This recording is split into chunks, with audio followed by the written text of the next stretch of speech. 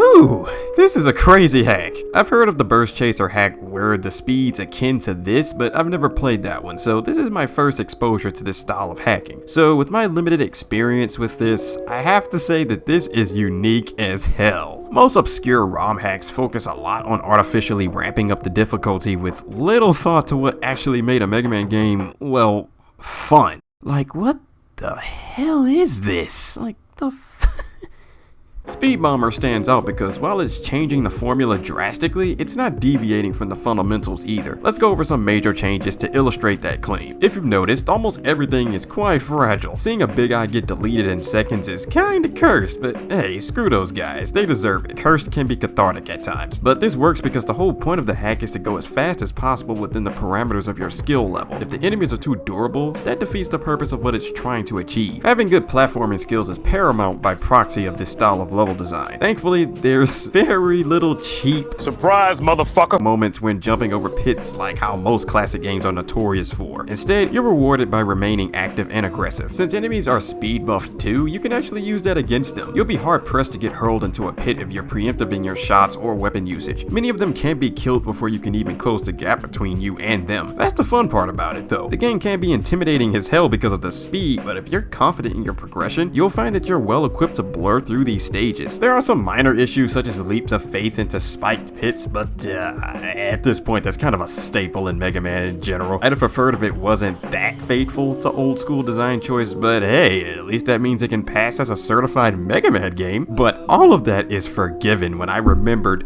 this absolutely amazing vague warning in Fireman stage. I won't spoil it for you though. The bosses are so fun. Like, some of them are kind of the same as they were in the original, such as Iceman, who's just faster and with a new ice slasher pattern to memorize, but the majority of them saw a major change in AI and even patterns. And unlike this abomination that I'm looking at from another hack, they're not so radically changed that it ruins the experience. Heck, I caught on to Rockman's pattern only after losing to him once. This hack does an amazing job at making the bosses both fun and fair enough to allow you to study them without too much stress. Most other hacks require you to play some dumbass mental gymnastics to figure out the weird pattern of their clusterfuck of a redesign. It's not my intent to put down other hacks to elevate this one, by the way. I just feel like a lot of hacks could take notes from Speed Bomber and try to stay faithful enough to the original games without morphing them into a completely different game. Some of them feel like I'm playing Toho, not Mega Man. By the way, this is kind of off script, but Timaeus, if you're watching this, you might want to tweak Fireman because I think I broke him, and this is pretty consistent. Like, as soon as he fires the weapon, you could just loop him like this and he just does nothing but run around like a dummy.